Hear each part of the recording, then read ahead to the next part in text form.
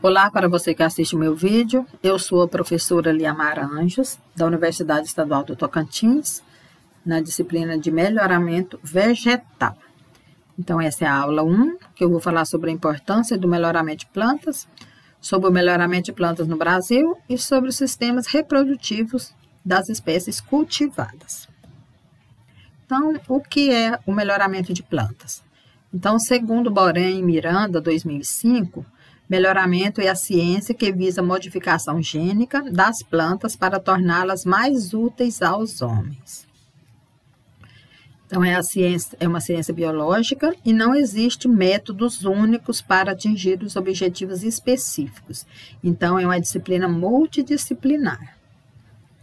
Então, o melhorista otimiza os recursos disponíveis para alcançar os objetivos dentro da melhor relação custo-benefício e mudar características para melhor, conforme o interesse do consumidor. Aqui eu coloquei o exemplo, então nessa foto, então mostra o DNA.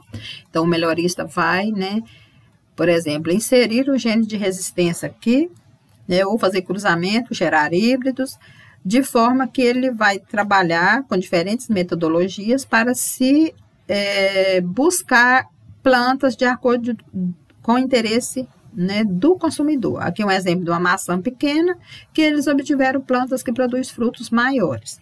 Pode ser um exemplo de frutos menores, por exemplo, cebola, às vezes as donas de casa preferem cebolas menores. Então, de acordo com a demanda do mercado, é que os melhoristas vão trabalhar, tá? Eles não trabalham aleatório, não. Eles primeiro tem que ser feito, vamos passar pela etapa do planejamento para depois chegar na etapa de produção de plantas.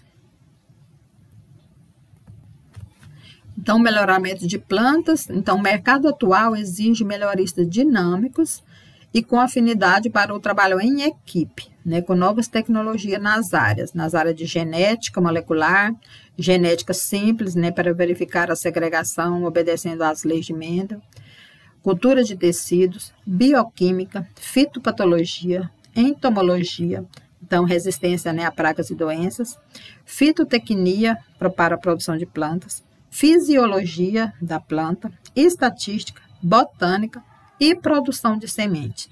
Muitas vezes essa produção de semente é terceirizada, tá? Mas nem sempre. Então, o melhorista ele precisa ser capaz de ter um olho clínico e hábil para ele selecionar entre plantas que podem estar em casa de vegetação, por exemplo, em bandejas, ou no campo, para selecionar o quê? As melhores, de acordo com o interesse que ele está buscando. Por exemplo, uma planta altamente produtiva e com resistência a doenças, por exemplo.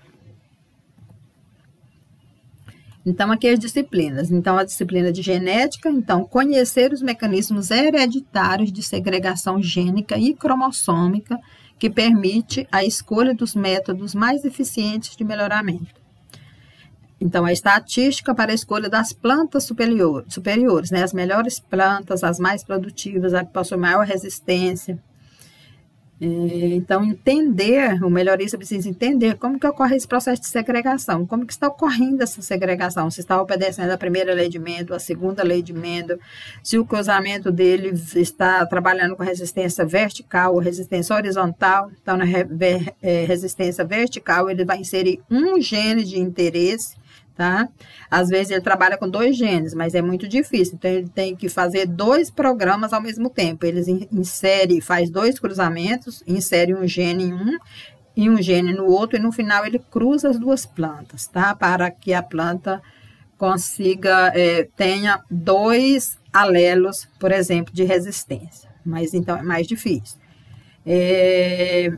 A fisiologia, para a compreensão do processo de crescimento e desenvolvimento das plantas, que vai facilitar a seleção de tipos mais adaptáveis a diferentes latitudes e condições edafoclimáticas. O exemplo que eu dou aqui é o da soja. Então, na década de 80, 70, 80, quando a soja foi plantada em larga escala em monocultura no Brasil, as cultivares eram plantadas só na região sul, Rio Grande do Sul, Paraná, Santa Catarina. E depois, os melhoristas, né, trabalharam e produziram, desenvolveram plantas adaptáveis às condições edafoclimáticas do Cerrado, tá? Ao fotoperíodo daqui nosso, da região do Cerrado. Então, diferentes latitudes e condições edafoclimáticas. Então, isso foi com o trabalho dos melhoristas, tá? E hoje nós temos várias espécies de soja desenvolvidas para a região do Cerrado e altamente produtivas, tá? Então, estamos competindo quase de igual a igual com os Estados Unidos, onde a agricultura é subsidiada. Então, botânica, entender a anatomia, a taxonomia e o sistema reprodutivo das espécies. Então, o sistema reprodutivo é muito importante. Antes do melhorista começar, ele tem que saber como que é esse sistema reprodutivo das plantas, tá? Se ela é autógama, se ela é alógama, se ela é alógama com flores hermafroditas, se ela é monóica, se ela é dioica. Então, isso é muito importante. A primeira coisa é entender tudo, tá? Desse sistema de botânica da planta, para depois ele começar o programa de melhoramento e escolher os pais. A escolha dos pais, a parte da Embrapa, por exemplo, eles trabalham junto com fitopatologistas, junto, tá? Então, a Embrapa, por exemplo, ela trabalha com alunos de mestrado e doutorado. Eu mesmo trabalhei no mestrado e doutorado, né, na fitopatologia, dentro dos programas de melhoramento da Embrapa. O primeiro mestrado eu trabalhei com resistência à brusone do arroz, em parceria com a Embrapa Arroz e Feijão, e no doutorado eu trabalhei com resistência ao milho na videira, em parceria com a Embrapa Uva e Vinho e com a Embrapa Senagem, né, Recursos Genéticos e Biotecnologia. Então, eram duas Embrapas e a UNB, tá? Junto, num programa, e tinha outras pessoas, outros profissionais, né, de outras disciplinas envolvidos. Importância de um melhoramento de plantas. Então, o melhoramento é a mais valiosa estratégia para o aumento da produtividade. Nos últimos 50 anos, metade do aumento da produtividade, né, é atribuída ao melhoramento genético. Então, hoje, né, o planeta Terra conta com mais de 7 bilhões de pessoas. Tá? Então, as Nações Unidas, ela estima uma população de até, né, 11,2 bilhões de pessoas em 2100. Então, a população está crescendo e a produção de alimentos também precisa crescer. Então, os pesquisadores, né, e melhoristas, né, precisam visar alimentos de qualidade, tá, sem degradar o meio ambiente, para alimentar a grande população que cada vez está aumentando mais. Então, aí gera trabalho, né, para os melhoristas e para os agrônomos. Tá? A importância do curso de agronomia para o planeta Terra. Então, a genética é uma ciência recente, desenvolvida ao longo dos últimos séculos. E os trabalhos de Mendel, né, Gregor Mendel, forneceram bases para o entendimento e a manipulação da hereditariedade, né, visando o melhoramento e o desenvolvimento de novas variedades. Então, os trabalhos dele de segregação, o padrão de segregação, né, que ele desenvolveu, né, e propôs duas leis, a primeira lei de Mendel e a segunda lei de Mendel. Então, a primeira, quando aquela característica está governada por um gene. Segunda lei de Mendel, da segregação independente, então, quando está envolvido de 2 ou mais genes, tá? Então, segunda lei de Mendel. Então, a genética estuda como as características são passadas de uma geração para outra. Mas que característica é essa? O que é passado de uma geração para outra? Então, são os alelos. O que o melhorista procura são os alelos, tá? Alelos de resistência, alelos que dá produtividade. Então, ele busca os alelos diferentes. Então, os alelos é aquilo que eles buscam. Eles buscam onde? Esses alelos estão onde? Estão nas espécies silvestres ou selvagens, ok? Então, há mais de 10 mil anos atrás, o homem era nômade e caçador. Depois, o homem passou a ser sedentário e agricultor. Aí ele já começou a selecionar plantas de acordo com o fenótipo, né? Ele não conhecia nada de gene, de genética, nada, mas ele escolhia as melhores plantas, as melhores sementes, então coletava sementes das melhores plantas para plantar. Então, essa seleção já começou há 10 mil anos atrás. Então, ele escolhia, por exemplo, aqui do milho teossinto até o milho que nós temos hoje, né? Altamente produtivo. Então, ele ia selecionando aquele que ele queria para guardar e plantar no próximo ano na estação chuvosa. A banana, que antigamente tinha, né, sementes, agora não tem mais. Então, o melhoramento está envolvido. O morango, que era muito pequenininho, e agora temos frutos, né, bem grandes, tá? Menores, médio, grande. Então, a história do melhoramento genético. Então, gente, o melhoramento, ele, no final dos anos 1800, os agricultores, esse slide não está muito bom para ver, mas os agricultores e cientistas já começavam a fazer cruzamento entre as espécies, né? E depois veio, por exemplo, as plantas transgênicas, né? Então, as plantas transgênicas hoje elas já são trabalhadas junto do programa de melhoramento genético, tá? Ele é inserido, então o evento transgênico é inserido no final do melhoramento, né? Das empresas que trabalham com melhoramento, e ele dura em média 1 ano e meio, tá? Já no final, quando já tem uma planta boa e altamente produtiva, eles inserem o evento transgênico. Então, o evento transgênico pode ser desenvolvido, por exemplo, lá na Europa, em algum local lá, e eles é enviado e é inserido dentro de um programa genético, por exemplo, aqui do Tocantins, tá? Do Rio Grande do Sul, do Tocantins, dos Estados Unidos, qualquer local. Então, aquele evento é inserido já nas etapas finais dos programas de melhoramento. Então, o Brasil, em 1998, 97, o mamão 97 é o mamão transgênico liberado nos Estados Unidos, a canola nos Estados Unidos, do Brasil, seis de cima. Então, a soja, em 1998, foi liberada a soja transgênica no Brasil. O algodão em 2005, transgênico. O milho transgênico em 2007. E em 2015, o eucalipto. A cana-de-açúcar em 2017. Nós temos também o feijão transgênico, resistência ao mosaico dourado do feijão, desenvolvido pelo pesquisador Aragão, da Embrapa, lá do Senagem. Então, gente, o melhoramento trabalha, mas, por exemplo, a resistência a doenças, às vezes, eles não conseguem. Eles conseguem desenvolver uma planta com uma certa resistência, mas o patógeno quebra essa resistência, porque o patógeno possui alta variabilidade genética. O exemplo da grande fome da Irlanda, né, que a batata, né, o centro de diversidade da batata é no Peru. Então, ela foi levada para a Europa. Então, todos os europeus, a base dele, como a nossa base de alimentação aqui é o arroz e feijão, lá era a batata.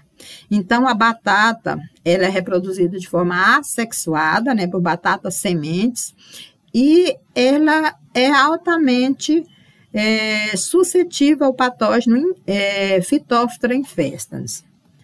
Então, o que aconteceu? Então, a requeima da batata, né, é ocasionada por Phytophthora infestans, que é um fungo, tá? Aqui é o esporo desse fungo.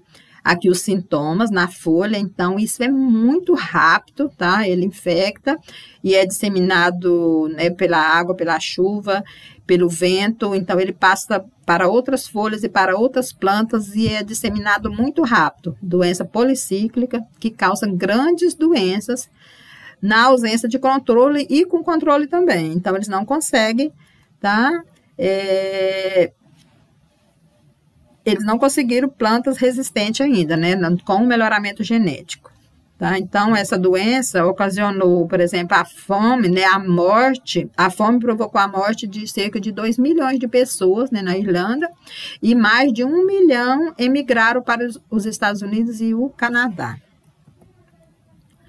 Então, a descoberta da requeima da batata foi em 1861 e foi considerado o nascimento da fitopatologia. Então, nós estamos agora com 159 anos, né? Agora em 2021 faz 160 anos e ela ainda é uma grave doença de difícil controle. Não tem planta resistente ainda, tá? porque os patógenos são biológicos também, e eles possuem alta variabilidade genética, então ele sofre mutações e ele quebra as resistências da planta. Então, a resistência aos fungicidas sistêmicos, ele quebra a resistência dos fungicidas também, e a resistência da planta e do fungicida, tá? Devido à alta variabilidade dos patógenos, né? Dos fungos, por exemplo. Então, eles né, ficam mais agressivos, cada vez mais. Então, a evolução do melhoramento. Então, as primeiras variedades, né, de silvestre a cultivada. Então, aqueles agricultores lá de 10 mil anos atrás, né, foram escolhendo, e eles tinham só as plantas silvestres. Eles foram selecionando, e cada vez as plantas, né, eles vão cultivando o quê? Aquelas melhores, de melhor interesse. Então, isso é o processo de domesticação. E a seleção é realizada com base no fenótipo, né, naquilo que a gente planta. E a alteração da arquitetura da planta. Então, o exemplo aqui do teossinto ao milho híbrido. Então, o teossinto é esses pequenininhos aqui do início, né? E que agora se tem grande variedade de milho, né? Milho para consumo, milho para pamonha, milho de cores diferenciadas. Então, aqui milho. Esse aqui da direita, pessoal, é o milho com carvão, então a doença, tá? O carvão, então o grão se transforma só em propágulos, tá? Em esporos do fungo. Se a gente cortar, ele é todo preto aí dentro, cheio de esporos, de urediniósporos.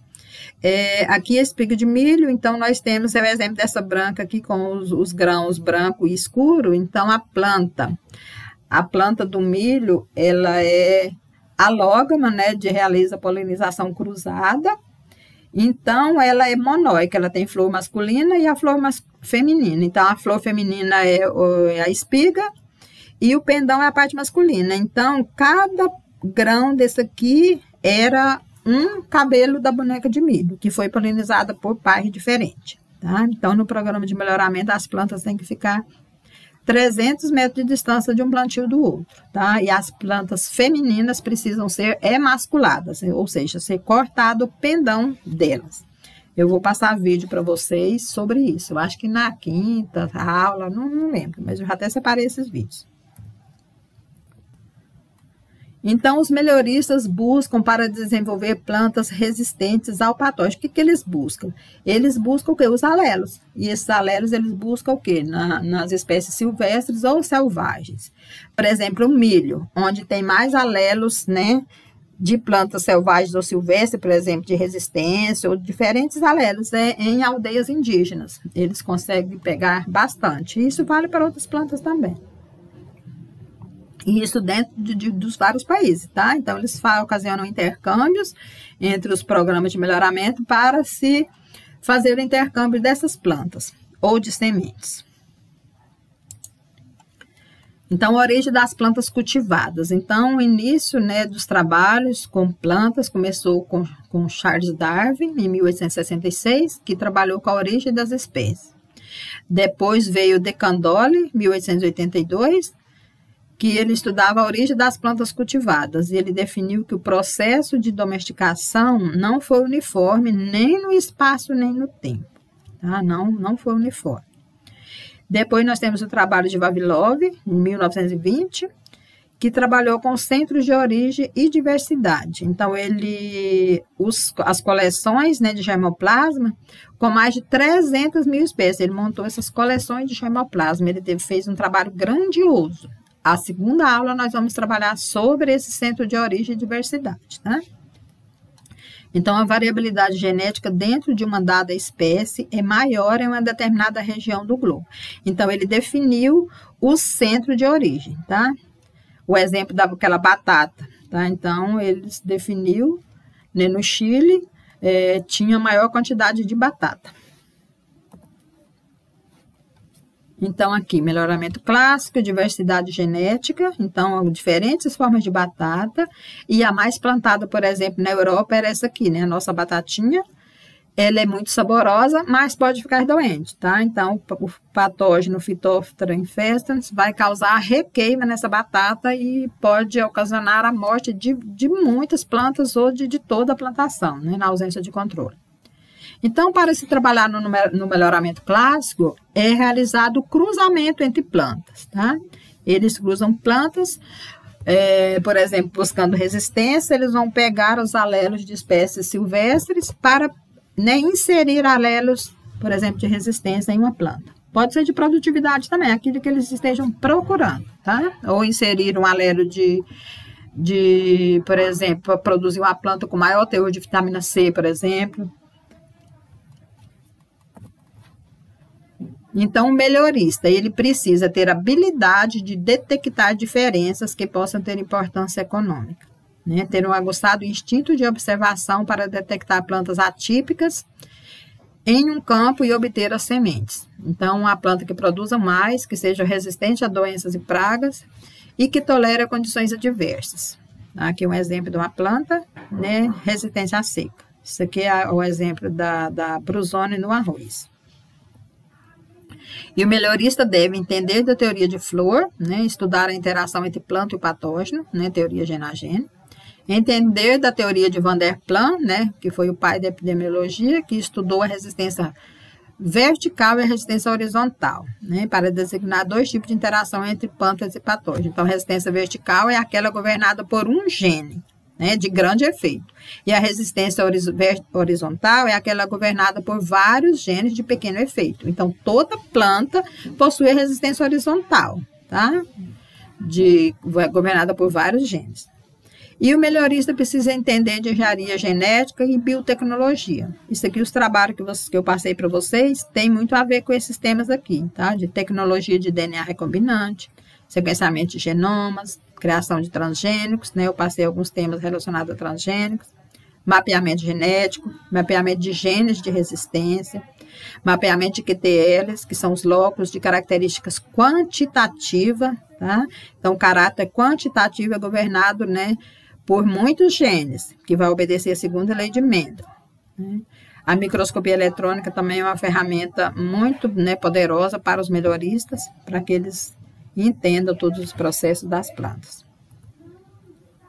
E a produtividade, o exemplo da soja. Então, o melhorista precisa, né, produzir uma planta altamente produtiva, né, para atender a demanda da população crescente no planeta Terra. Então, no mundo, a produção de soja é de 362 milhões de toneladas.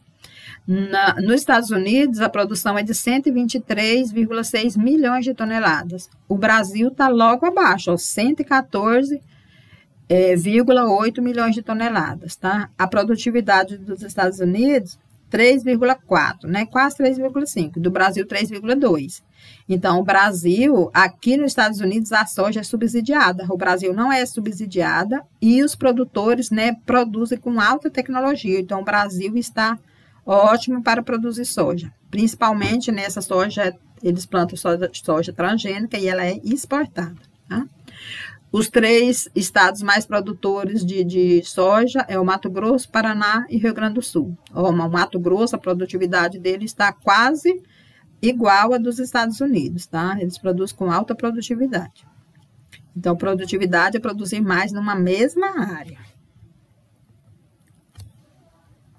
Um exemplo da ferrugem do colmo aqui, que os melhoristas inseriram, né, resistência, gene de resistência, o GNT, que confere resistência vertical à ferrugem do colmo em cevada, tá? De gramínea, Puccinia graminis. Então, a ferrugem, só que ocorreu a quebra de resistência, tá?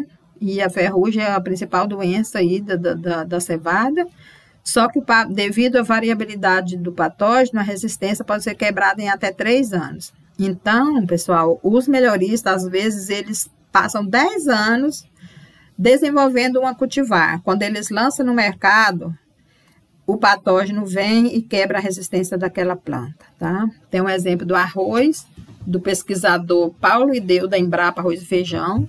Ele desenvolvia, né, passava muitos anos, ele passou a vida dele toda, né, trabalhando com melhoramento do arroz. E aqui no Tocantins existe uma alta variabilidade genética da Bruzone. Aí o patógeno, ele lança cultivar e o patógeno quebra a resistência da planta. teve a de 2 anos, 3 anos, teve uma que ele lançou e com 1 ano essa resistência já foi quebrada, tá? Piriculara grigia, que causa brusônia no arroz. Os programas de melhoramento no Brasil. Então, né, a principal é a Embrapa, que tem melhoramento genético de várias culturas. A EPAMIG, né, Minas Gerais, Instituto Agronômico de Campinas, IAPAR, né, do Paraná, universidades federais, muitas, né, possuem os professores que trabalham com melhoramento e desenvolvem pesquisas, universidades estaduais, empresas privadas como a Agroceres, faltou o R aqui, a Agroceres, a Corteva, empresas estaduais de pesquisas. Então, a maioria deles dos programas no Brasil está ligado ao setor público, tá? Que trabalha com principalmente soja, feijão, trigo, arroz, aveia, cevada. E as multinacionais, que são as iniciativas privadas, eles estão principalmente nas maiores, as que, né, vai ter maior lucratividade, as grandes culturas. Então, milho, soja, algodão, girassol e algumas forrageiras. Então, o milho, a soja e o algodão é o principal das multinacionais. Então, programas de melhoramento no mundo. Então, a Embrapa, né, tem várias Embrapas, tem Embrapa no Brasil e em outros países também, tá? Então, tem a Colômbia, então esses programas aqui na Colômbia, México, Filipinas, Síria, Indonésia, Peru, Itália, Índia, Nigéria, França. Então, nos países, existem os seus programas de melhoramento. E eles fazem intercâmbio entre si. Por exemplo, a Embrapa faz intercâmbio com outros programas, tá? Com outros de outros países para que eles consigam, né, fazer trocas ou pegar plantas que eles estejam precisando. E todos esses programas de melhoramento, eles mantêm o seu banco de germoplasma, tá? Para manter esses alelos. Seja em forma de sementes ou seja plantadas em campo, tá? Nós vamos ver isso na próxima aula. Então, os mecanismos de controle de polinização. Vamos ver o que é isso. Então, o melhorista precisa, né, detectar a estrutura da flor e saber se a planta é autógama, alógama, para que ele, né, venha a realizar esse processo. Então, o exemplo aqui, o gineceu, que é a parte feminina, e o androceu, que são as anteras, onde vai, né, gerar o pólen. Então, para fazer a emasculação, ele precisa cortar essas anteras. Só que, às vezes, as plantas são muito pequenas. Então, elas precisam ser cortadas para que fique só o ovário. Então, a planta que foi emasculada, ela será a mãe. E o pólen, que vai ser recebido de uma outra planta diferente, será o doador, será o pai. Então, o processo, né, natural de cruzamento. Então, essas anteras, que é a parte masculina, aqui o pólen, né, a estrutura masculina, então eles são retirados com a pinça, geralmente com a pinça, né? Porque uma tesoura não mostra na tesoura, mas é com a pinça. Depois eles retiram o pólen de outra planta, que eles querem que seja como o pai, e vai passar com a ajuda de um pincel na planta mãe, que é a receptora. Então, o exame da estrutura floral é importante. Então, flores hermafroditas, né? Flores que têm a parte masculina e feminina, pode ser uma planta autógama ou alógama. E as flores monóicas e as dioicas já faz parte só das plantas alógamas. Aqui eu coloquei o que é planta, né, com flores hermafroditas, possui a flor completa com os dois sexos. O exemplo é o abacate, o maracujá. Planta monóica, flores femininas e flores masculinas na mesma planta, tá? Por exemplo, o milho. Ela tem a boneca do milho, a parte feminina, e o pendão é a parte masculina. A abóbora, então, na mesma planta tem flor masculina e flor feminina, tá? Todas as cucurbitáceas. E as plantas dioicas são plantas com flores masculinas e plantas com flores femininas. Então, é a araucária, o mamão. O mamão é um exemplo típico disso. Então, os sistemas reprodutivos, né, nas plantas cultivadas. Então, as plantas que os agrônomos, né, nós agrônomos trabalhamos, elas podem ser assexuadas, aquela que se faz os clones, escolhe as melhores plantas, as melhores matrizes para se multiplicar. No caso da cana, os toletes, por exemplo, a mandioca. E as de reprodução sexuada, que pode ser alógamas ou autógamas. Então, as alógamas são aquelas que realizam polinização cruzada, tá? Polinização cruzada alógama, o exemplo, o milho.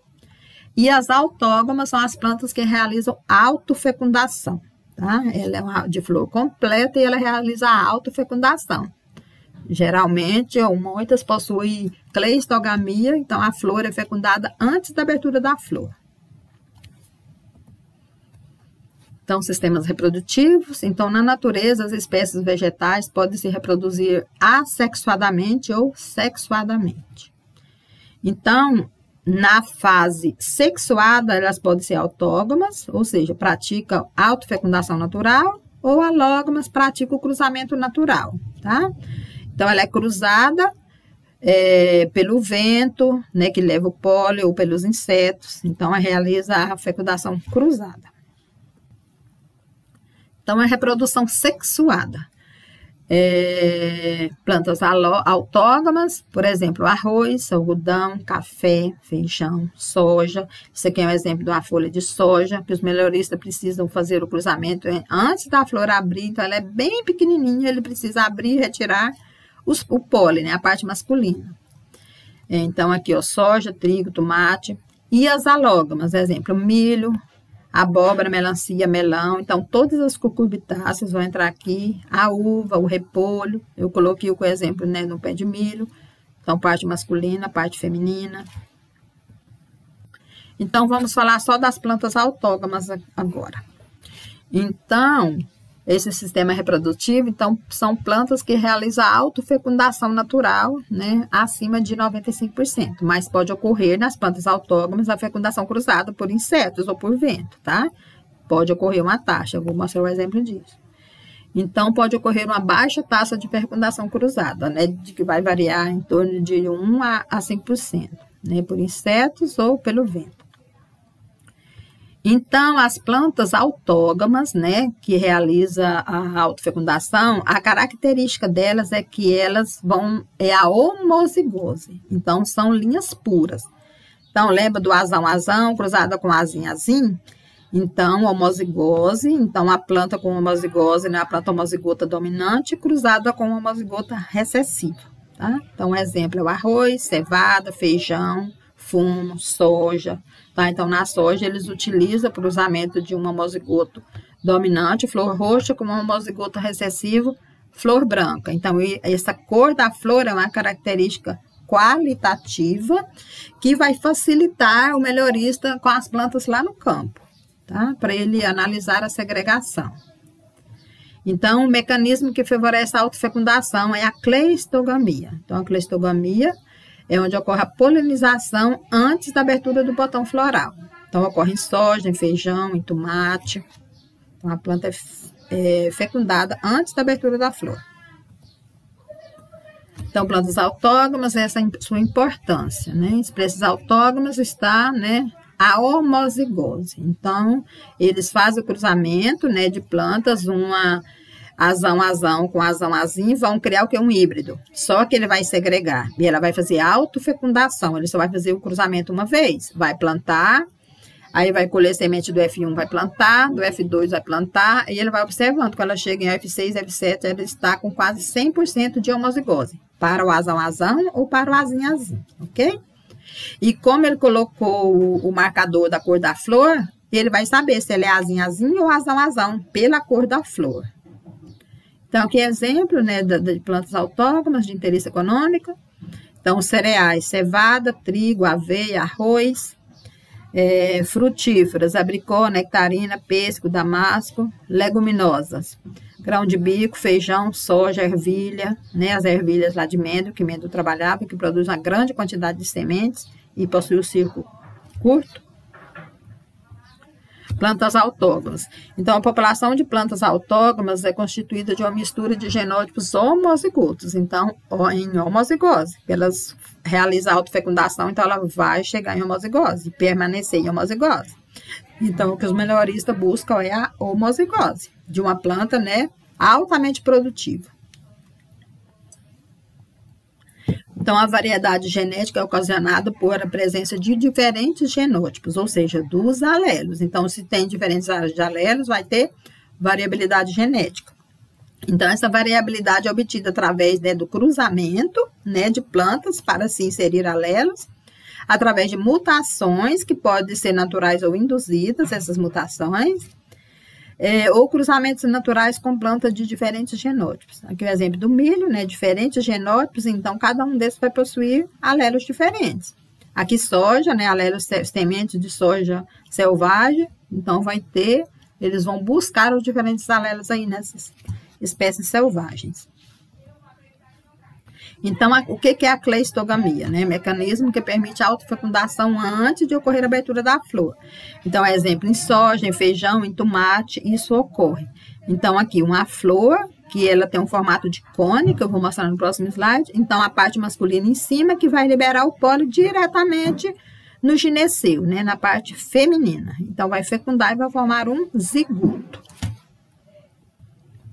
Então, cleistogamia, aqui nós temos estigma dentro de um cone, né, de anteras. Então, aqui o cone, ó, esse aqui é flor de tomate. Então, dentro desse cone tem a parte, né, masculina e feminina, que fica fechadinha e então vai ocorrer a autofecundação, ok? Aqui o tomate, ocorre isso também. Então, por exemplo, a espécie autógama de soja. Então, a soja fecunda por cleistogamia e independe dos insetos polinizadores, tá? Ela se faz a sua autofecundação. Só que ainda pode ocorrer uma taxa, né? Uma baixa taxa de alogamia, né? De até 1%, tá? Pode ocorrer. Então, o melhorista precisa saber que na soja ainda ocorre, mesmo ela sendo fecundada por cleistogamia. Plantas autógonas, então, cruzamento da soja artificial, então, a flor é pequenininha, tá? Tá mostrando que é uma flor grande, mas, na verdade, é uma menor do que essa. Eu vou passar um vídeo para vocês. Então, aqui uma flor branca, que, se ele está tirando, ela vai ser a mãe, né? Se ele está emasculando ela. E eles vão pegar uma flor, da flor roxa para ser o pai. Então, autógama com alta taxa de fecundação cruzada, de 10% a 50%. Então, existem plantas autógamas que têm alta taxa de fecundação cruzada pelos insetos ou pelo vento, né? Então, o algodão, o café é um exemplo disso, tá? Berinjela, quiabo, sorgo. Então, aqui o exemplo de flores de algodão, que é autógama, mas que a flor abre mais e que os insetos vêm e fazem a polinização. Então, ela fica cruzada com outra planta. O café também tem alta taxa. Autógama com baixa taxa de alogamia. Então, vai depender da espécie de planta, vai depender da quantidade de insetos polinizadores, da intensidade dos ventos e da temperatura e da umidade. Então, tudo isso são fatores que podem favorecer essa taxa, se vai ser mais alta ou mais baixa.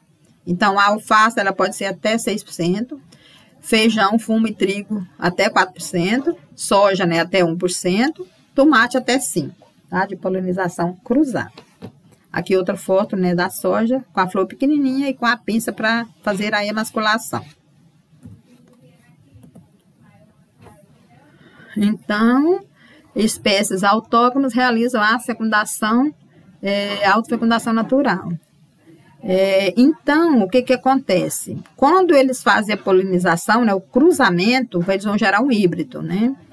E as plantas vão ficar, os locos, em heterozigose, tá? Então, lá no campo, é difícil encontrar elas em heterozigose, porque elas vão, a cada geração, elas vão entrando cada vez mais em homozigose. E a cada geração, né, de F1 para F2, para F3, a cada geração ela vai, essa homozigose, os heterozigotos é reduzido pela metade. Aqui um exemplo, então, cruzou um azão com azim, obteve-se o híbrido, não é? Azim. Então, lá na geração F4, ó, já tinha 7 de 16 de azão e 7 de 16 de azim, e apenas 1/8 de heterozigoto.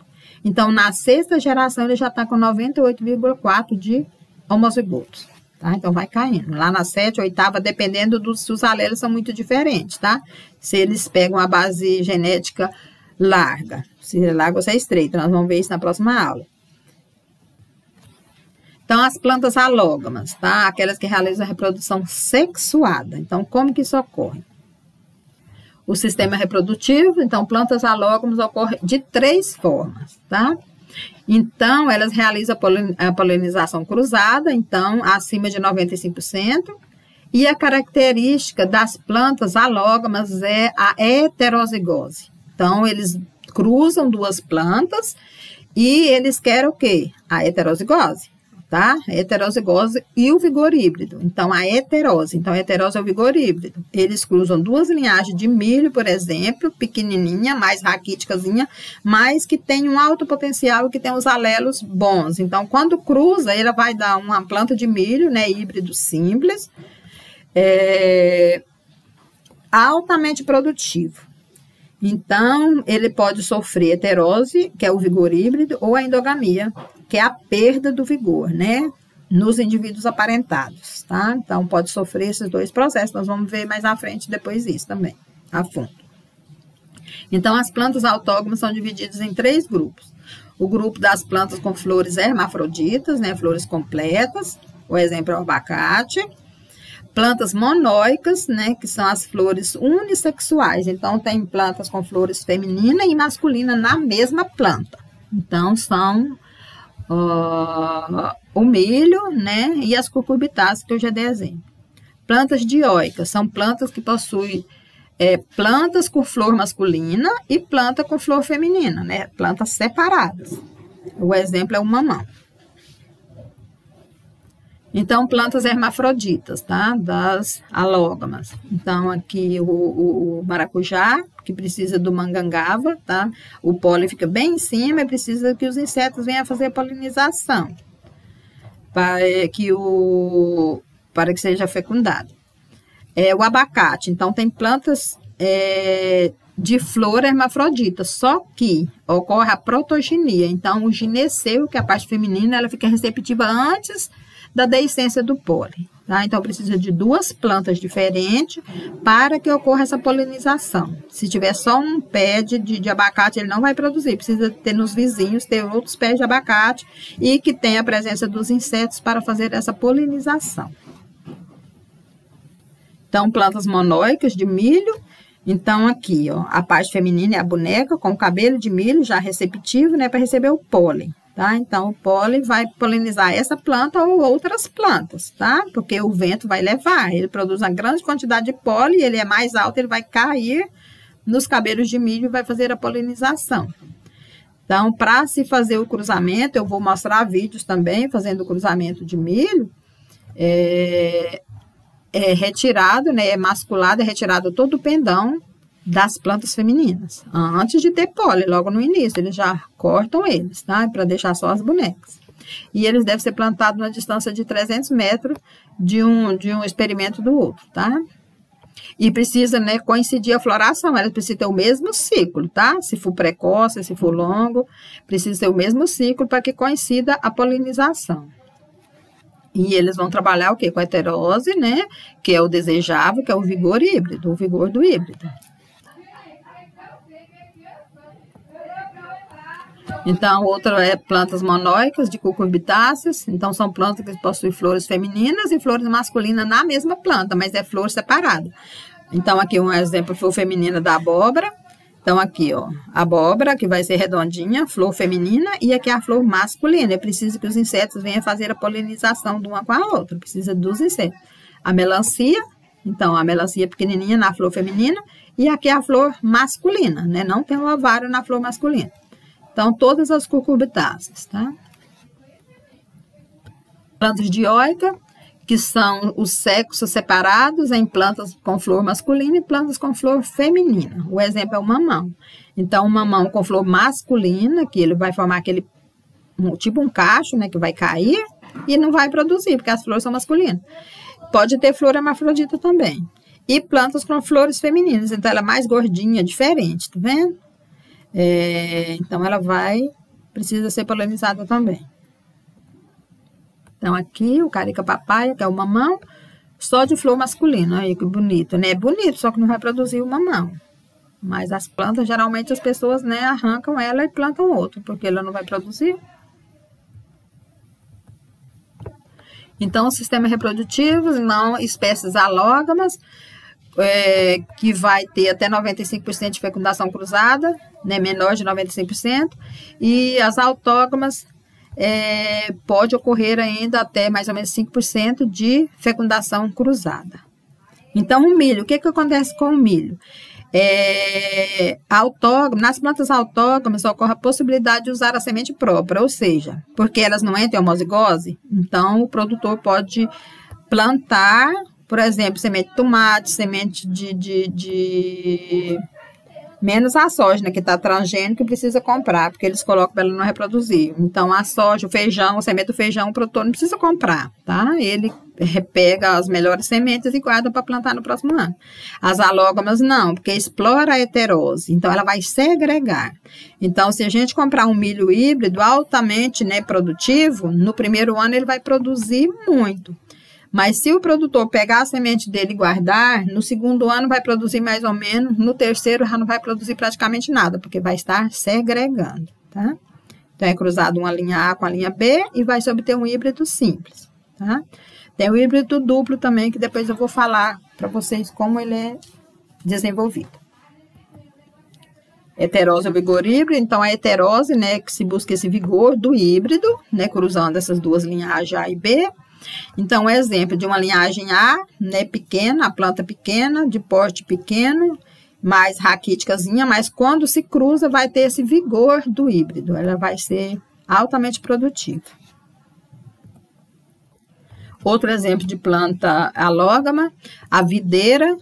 Então, aqui um cacho de uva, tá? Então, as flores são flores masculinas e flores femininas, encontram-se na mesma flor, tá? Ela possui a parte masculina e feminina na mesma flor. E são polinizadas pelo inseto, pelo vento.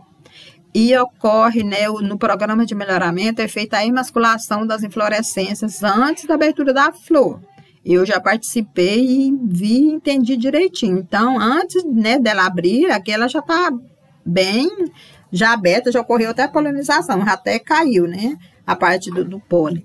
Então, elas, ainda bem novinha, vem o melhorista, que ele fica sentadinho lá com um fone de ouvido ouvindo música, e com a lupa, que eles colocam a lupa, assim, no olho, eu vou ver se depois eu acho uma foto para mostrar. E eles ficam fazendo a emasculação do cacho inteirinho, depois ele cobre ele com um saco de papel, tá? Para depois, quando vem o pólen, quando ele esteja receptivo, eles passam com um pincelzinho o pólen retirado da planta mãe. Então, melhoramento de uva, da Embrapa Vivinho. No meu caso, eu trabalhava com a resistência ao míldio, né? Plasmopara vitícola, que infecta todas as plantas. Então, o programa era para obter plantas sem semente e resistência ao míldio. Tá aqui os sintomas no cacho, na folha. E aqui a foto minha, tá? Todas essas fotos são minhas, de Amar Maria dos Anjos. Aqui a gente retirando a parte masculina para retirar o pólen. Então, a gente puxava e tirava, descobria ela, e a gente conseguia tirar o pólen. E a gente ia tirando, colocava num pires, tudo individual. Tá vendo aqui? Na placa de Petri, uma placa de Petri com o pólen.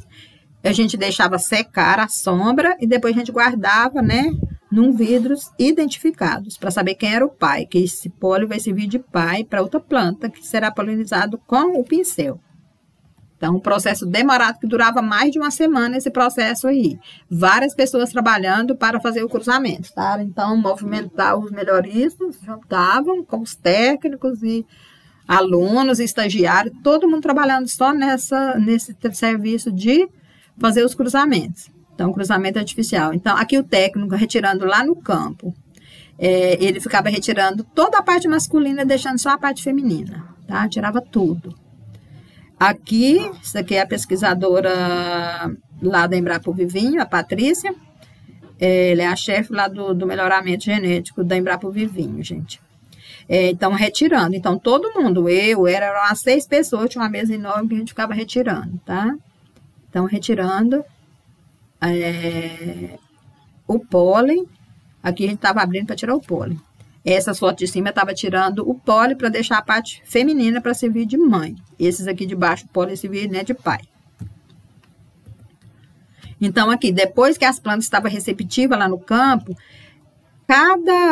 não sei se você, daqui não dá para ver, mas a gente vê uma gotícula, tá, de um líquidozinho viscoso, que é quando o gineceu está receptivo. Então, a gente pega aquele pólen, passa com o auxílio de um pincel e depois cobre com o plástico, tá?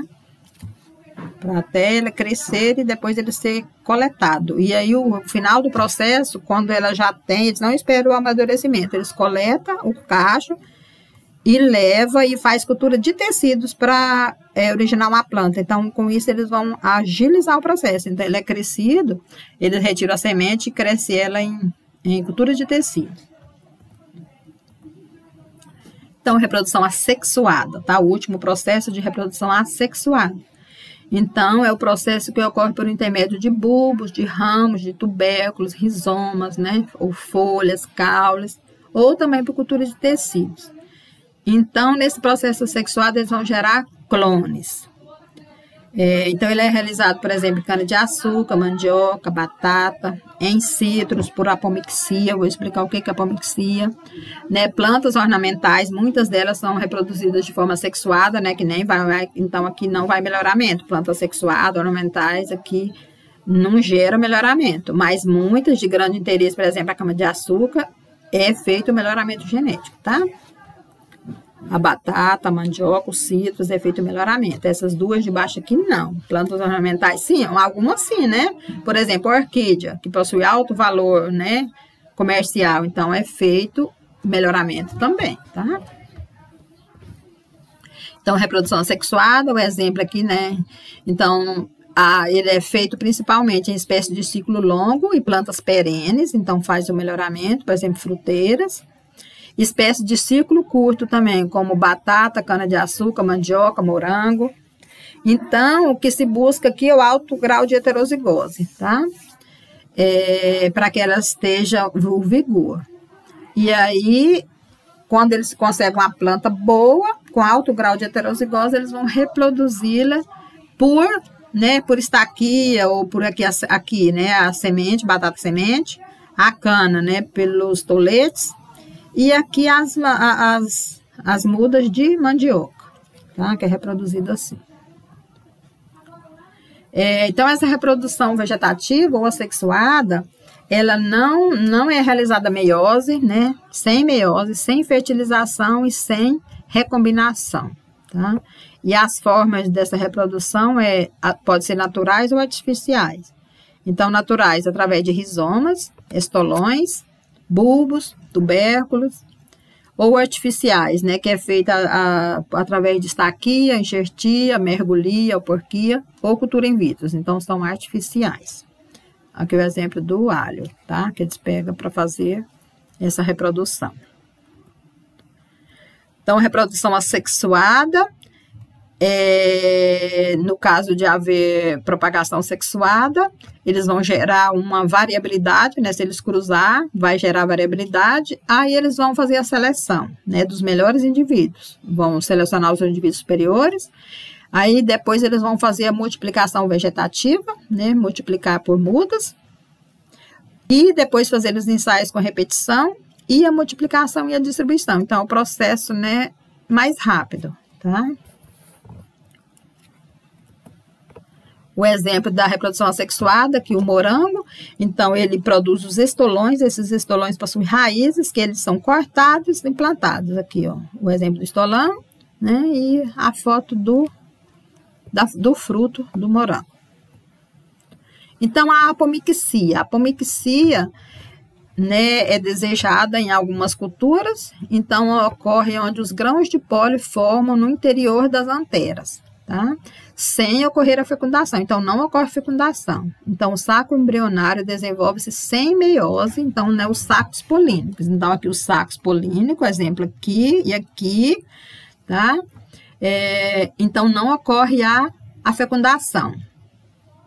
Tá? Os grãos de pólen dentro aqui da parte feminina, tá?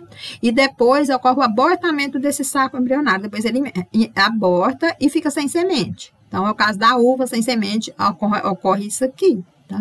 Aqui o exemplo, o tubo polínico.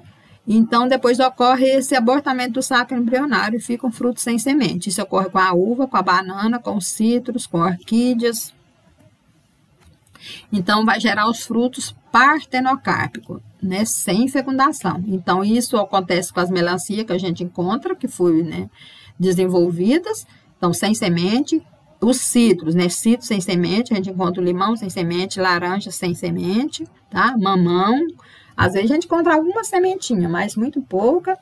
Então, morango, banana, né, sem semente. Então, é o fruto partenocárpico, sem fecundação. E onde ocorreu o quê? O abortamento do saco embrionário. Apomixia, né, em uva, em videira, frutos partenocárpicos, então, esse de baixo é totalmente sem semente, às vezes tem um resquíciozinho, mas ele é molinho, então a gente mastiga e não percebe, tá? Então, aqui em cima com semente, mas ele assim mesmo, ele era fruto sem semente, só que no cruzamento tinha umas que tinha maior, né? Mas ela não era totalmente lignificada, tá vendo? Ela é meio branquinha. Ok? Obrigada por assistir este vídeo.